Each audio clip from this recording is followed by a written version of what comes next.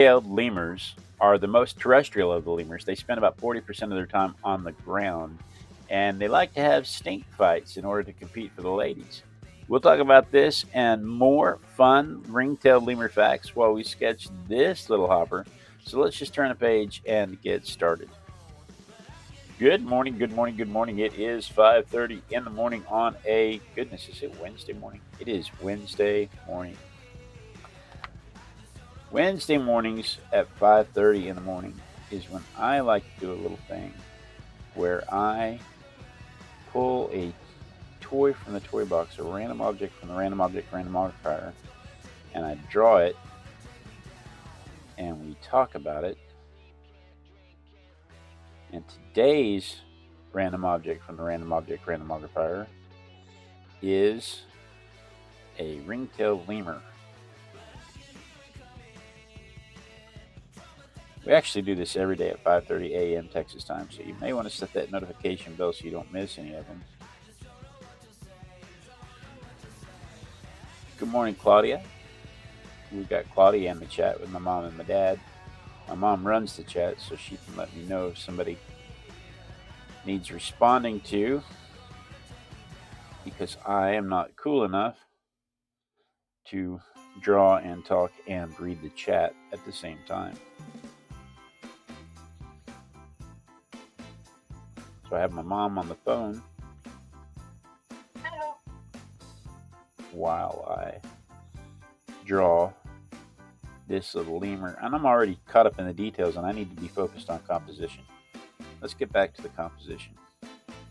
I'm sitting here, I'm enthralled by that tail, and I need to make sure I've got room for everything on the page before I start working on the details, because otherwise I'll get right up in there and it'll be time to start filling in the rest of the details, and I'll find out I don't have room for it and have to erase all the details I've already added.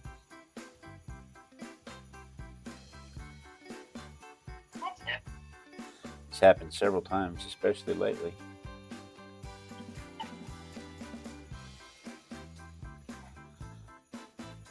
Ring-tailed lemurs, in mating season, the males produce a sweet-smelling scent out of a gland on their wrist, and they will coat their long tails with this scent from their wrists, and they'll go up to the ladies and they'll splash their tail around the ladies, and if she's interested, she'll accept him, but otherwise she'll slap him away, just physically just slap him away. But it doesn't stop him. He typically just goes on to the next lady and tries it again. And the ones that do it the most are obviously the most successful in mating. But the biggest problem they have is that they only have a very small window of when they can do it. It's only like once a year that the ladies come into heat to accept a mate to be able to breed. And so, the males have to get in there quick and often with their scenty tail.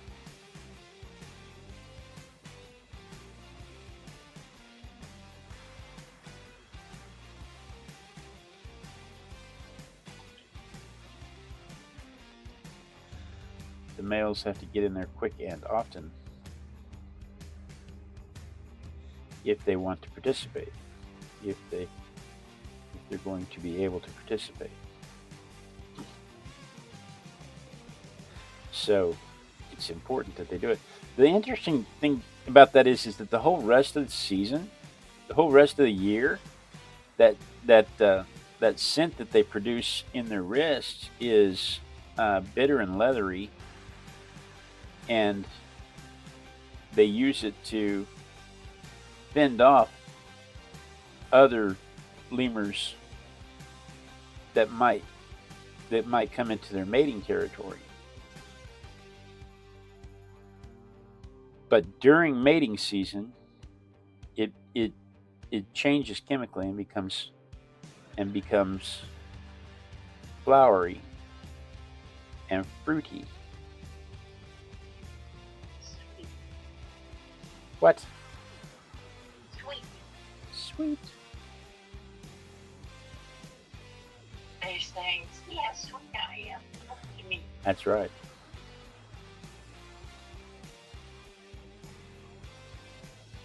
That's exactly right. That's exactly what they're saying. Look how sweet I am.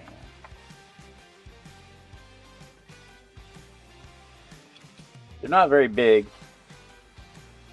Ring-tailed lemurs are only about 2 bananas long.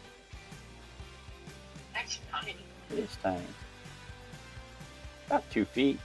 No, 2 bananas long is 16 inches. Yeah, little top. But these are the ones that spend most of their time on land. Most of the lemurs don't really like to be on the ground. And I'm not saying that these guys like to be on the ground. But they do spend more time on the land than any of the other lemurs. Do they swing by their tails? I don't know if lemurs swing by their tails or not. I don't think I've ever seen a primate swing by its tail. All the primates I've ever seen with tails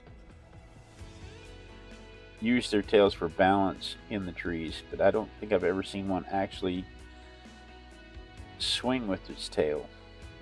Doesn't mean it doesn't happen. I just don't think I've ever seen it.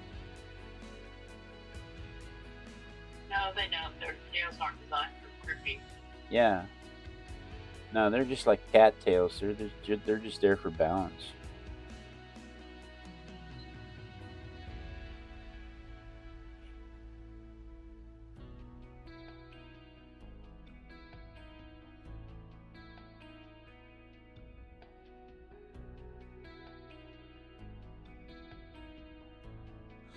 I got too many lines on my page, and I got too many pencil lines on my page, and I got a little confused there.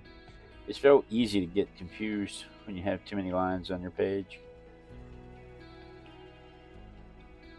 That's why I like to switch to pen early.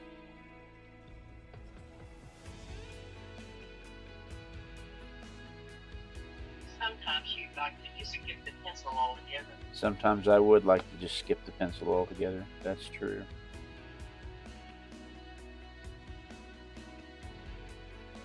So this is one of the only animals that is attributed with pheromones. Only primates, I should say, that have been attributed with pheromones. It's the only example of pheromone use among primates.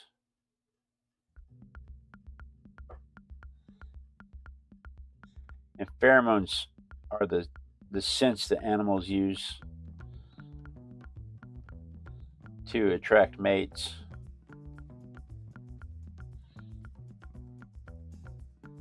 And there's arguments about whether or not humans have the ability to create pheromones. Some say yes, some say no.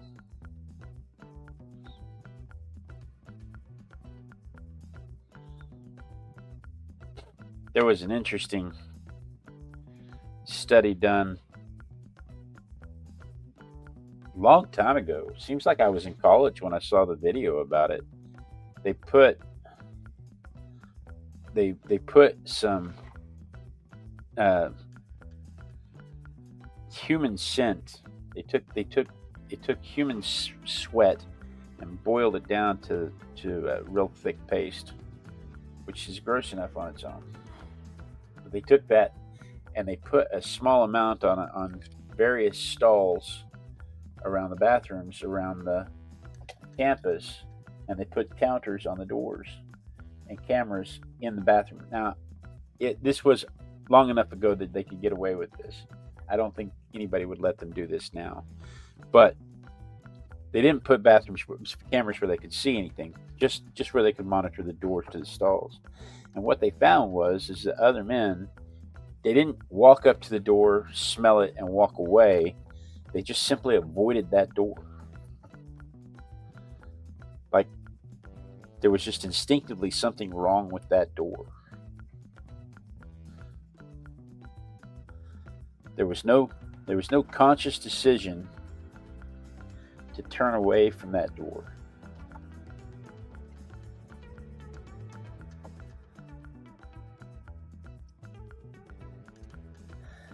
That's about the same time I saw the study that suggested that if there is only one man in the bathroom, he won't wash his hands. But if there are two men in the bathroom, they will always wash their hands.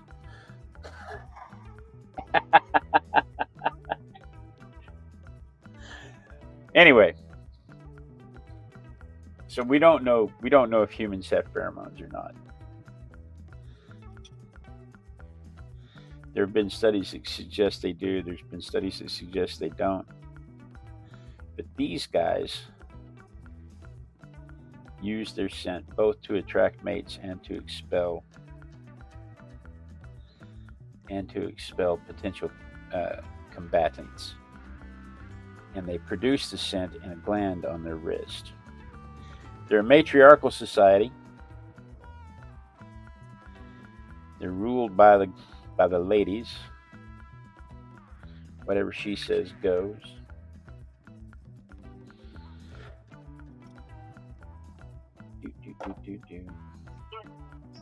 Smart guys. Morning, Rick.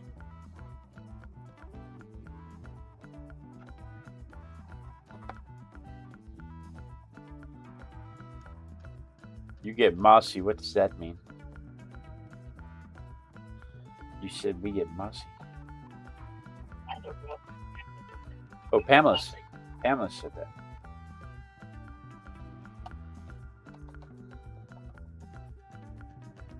From here, it looks like pass me not, but it's not. It's Pamela French. Oh my, you're gonna have a long day. I tell you, my eyes are not working today, as opposed to any other day.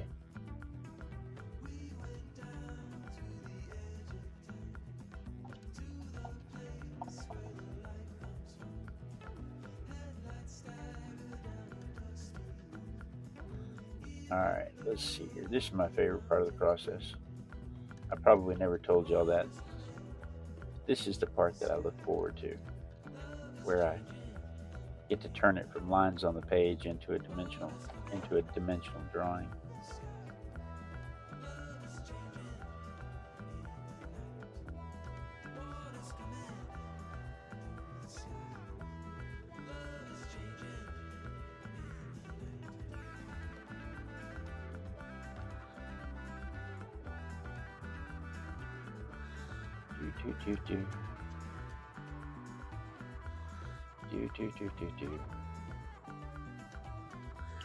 They think they got to Madagascar on a floating mat some 55 million years ago. When Madagascar separated from Africa, there weren't primates yet.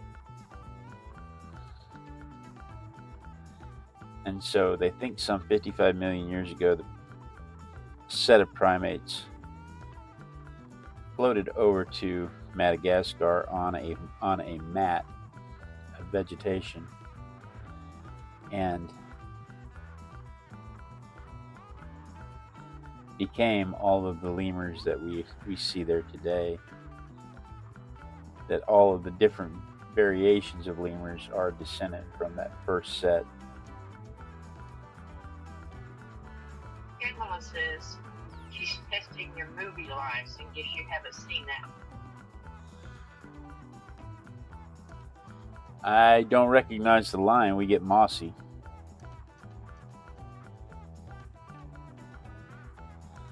I don't know if I've seen it or not, but I don't recognize the line.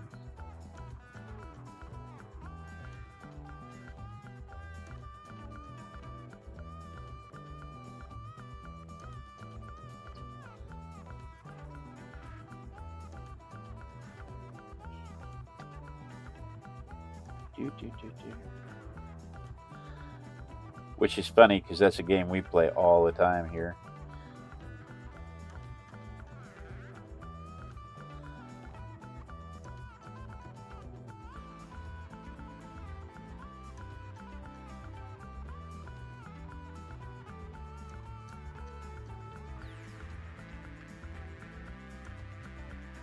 Especially at my day job. My day job, I've got a couple of really big-time movie nerds besides me.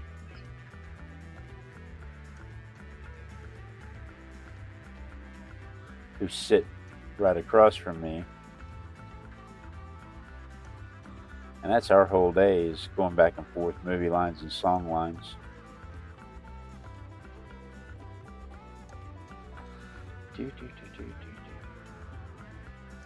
All right, let me dry this real quick and we'll come back with some color. Well, I mean, what movie is it? I'll tell you if I've seen it.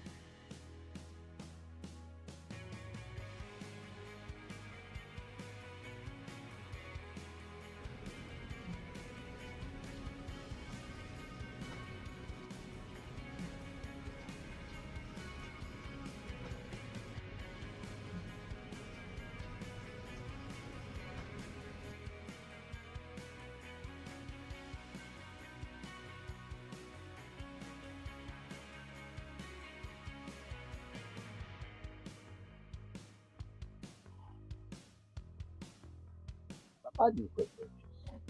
I have to reboot my computer. I can tell I'm going to have to reboot my computer. Rich doesn't say you've got money that grinds. Oh, you know what? I have seen You've Got Mail once, 100 years ago. And I am not a big talking drama movie goer. Devil Wears Prada. I barely like movies like what was the one where Billy Crystal was a cowboy?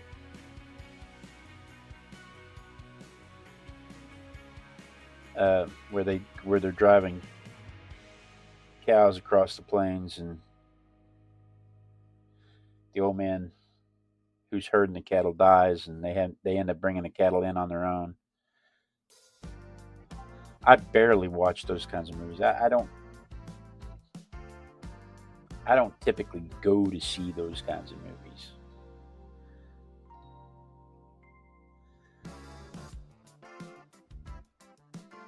I have seen You've Got Mail. I have seen Sleepless in Seattle. I have seen When Harry Met Sally. But they're not your genre. That is not my genre.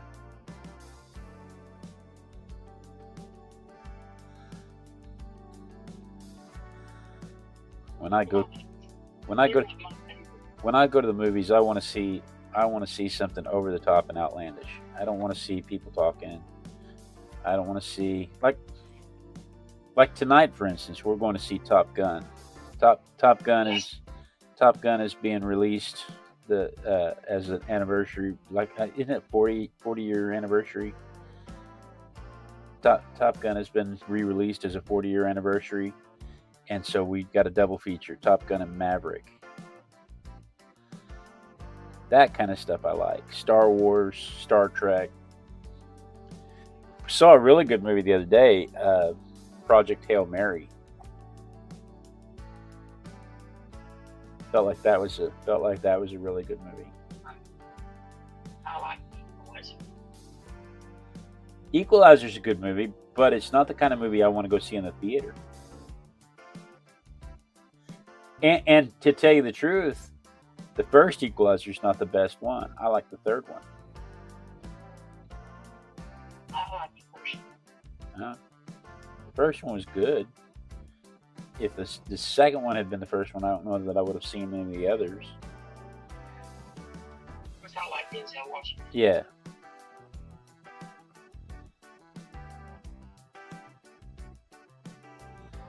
But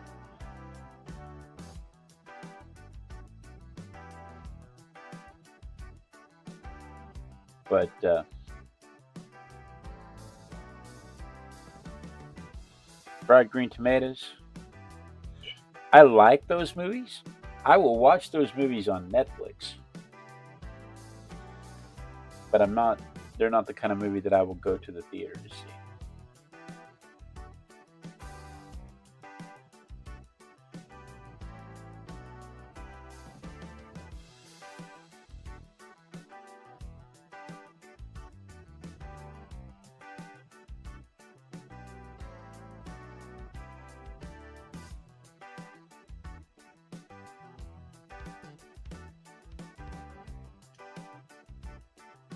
But there's scenes in Fried Green Tomatoes that are worthy of the movie. No, I don't agree. You know? No, not at all. There's nothing in that movie that requires a 40-foot tall head. Oh, that's true.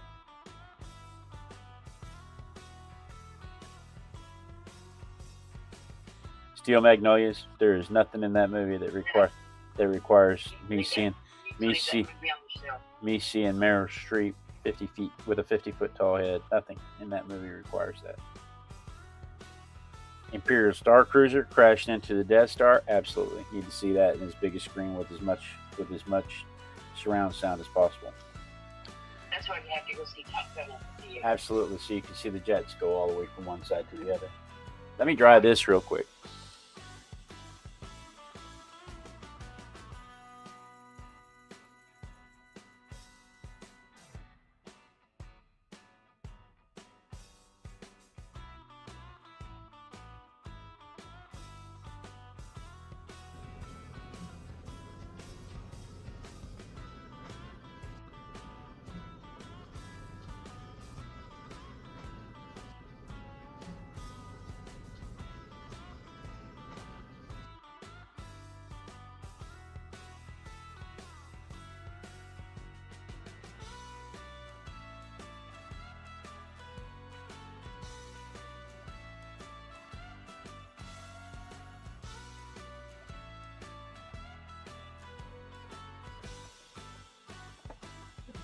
You know, Rick says it's because I love sci-fi.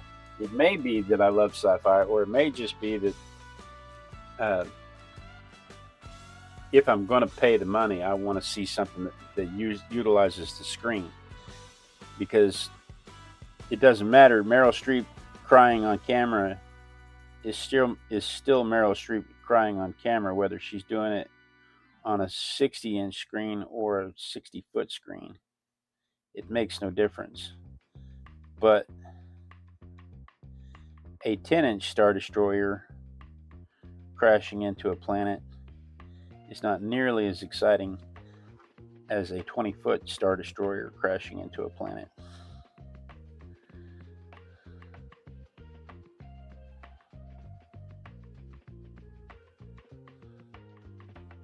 So the tiny screen doesn't work for the big graphics. It's not that I don't like those kinds of movies. It's just that I don't want to pay to see them in theaters. It's one thing to see Spider-Man hopping across the little screen in your living room versus one across the theater. Exactly. I agree with that sentiment.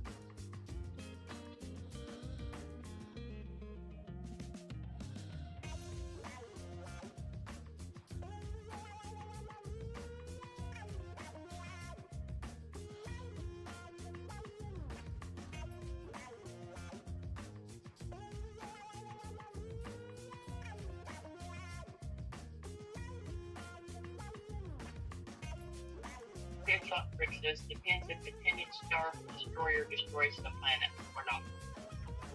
Yep, that's it.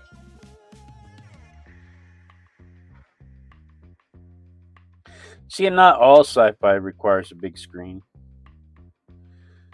Like if it's bad special effects, I'm okay with it just being on television. If it's just a paper plate on a string, man.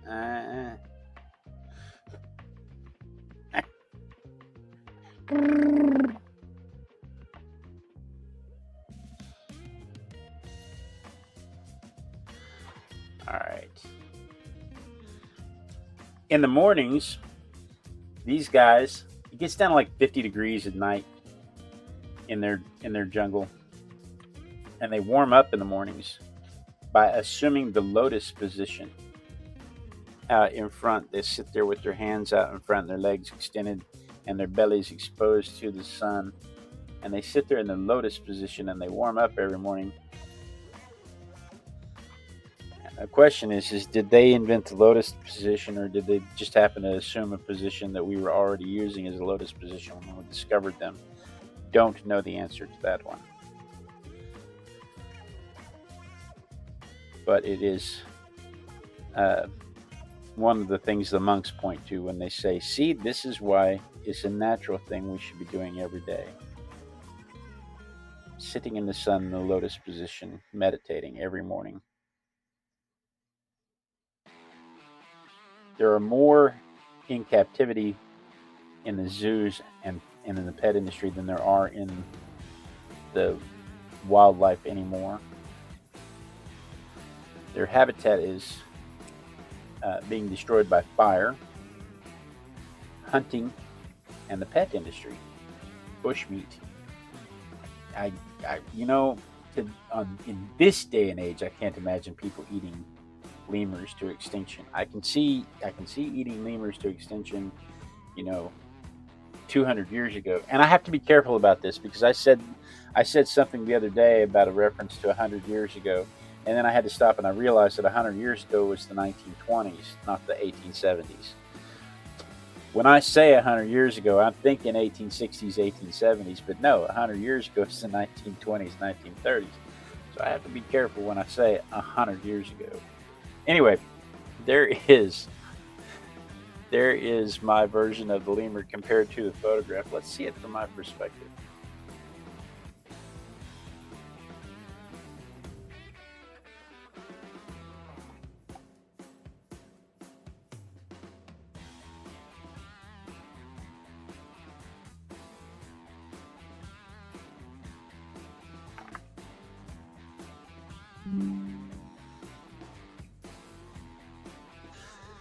There he is from my perspective.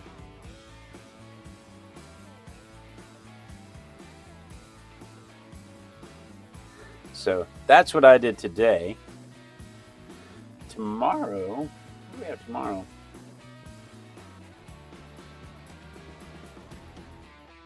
Oh my goodness, what could this be? Whatever could this be? This is dun dun dun. Ooh. Oh. I think this is called a matsutake mushroom. Japan harvested 12,000 tons of these things. Is it 12,000 or 120,000? I think it's just 12,000 tons now. And now they just harvest about 1,000 tons a year. They're going extinct. This mushroom is going extinct. We'll talk about that and more fun matsutake mushroom facts tomorrow morning at 5:30 a.m. Texas time. While I sketch this, it's the wrinkles on the skin that make it interesting. We'll talk about that and more fun mushroom facts tomorrow morning while I sketch this fun guy at 5:30 a.m. Texas time. So you're going to want to set your notification bell so you don't miss any of that. The guys think. What? Hey, Asian duck shooter. The goat's still doing what the goat does. Good work again. Good morning. Thank you very much, Asian duck shooter. So, guys, thank you so much for joining me. I do look forward to this every day when I get to art with my besties. It is my favorite time of the day. I truly do just run down here so I can be with you. Pamela, Rick, Claudia, Asian Duck Shooter, guys, thank you so much for joining me. Be sure and tune in tomorrow, same Artistic Biker time, same Artistic Biker channel. And then we dance. We dance until somebody says they see me dancing, because when they see me dancing, I will know that the lag's cut up with the stream and I won't be cut off mid-sentence. Everybody has a chance to say hello and goodbye to each other, asking questions of each other. Gives you a chance to click the clicky thingies. This way if you're on the horizontal, or this way if you're on the vertical. But the most important thing is it means